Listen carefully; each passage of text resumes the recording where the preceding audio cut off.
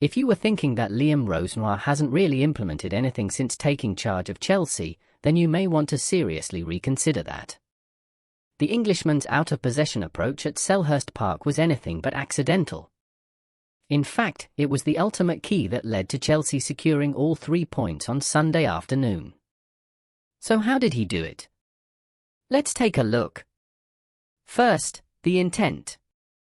Chelsea's defensive approach wasn't about aggressive ball winning or chaotic pressing. The primary aim was control. Rosenoir wanted to deny Crystal Palace access to central areas, slow their progression, and force them into predictable zones where Chelsea could dictate the next action. This wasn't a high-risk press designed to win the ball immediately. It was a calculated system built to set traps. Out of possession, Chelsea showed Palace the wide areas while protecting the centre at all costs. Every press, delay, and late arrival was deliberate. The goal was simple: block the most dangerous spaces, force play wide or backwards, and be perfectly positioned to counter once possession was regained. Now, the implementation. Chelsea operated with a hybrid defensive structure that blended man-marking principles with a strong zonal base. The front line set the tone. Estevao positioned himself between Palace's left centre-back and left-back, while Neto mirrored that role on the opposite side. João Pedro screened the defensive midfielder before stepping out to press. These weren't random positions, they were zonal references designed to cut off central lanes. When the ball was circulated to Palace's wide centre-back, Neto would cover ground quickly, often arriving late.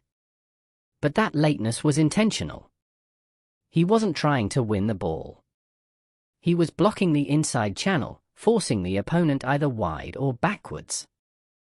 Cucurella followed a similar pattern, arriving late to allow the receiver to turn, something that would normally be punished in a strict man-marking system. But this wasn't strict man-marking. The real key to making this work was Andre Santos.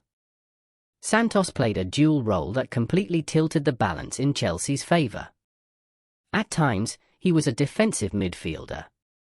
At others, he became an auxiliary centre-back.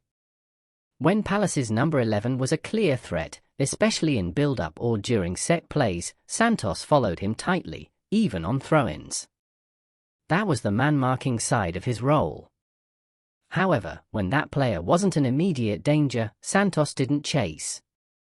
Instead, he stayed in the backline, defending his zone. This allowed him to act as a +1 when Palace went long, track late runners, and protect the box. In effect, Chelsea defended with a back five without sacrificing numbers in midfield.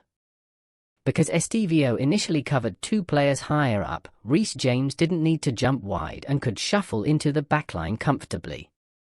Enzo Fernandez, meanwhile, showed excellent game intelligence by leaving his marker to protect space on the ball side, recognizing where the real danger was rather than blindly following his man. This is where the trap was fully set.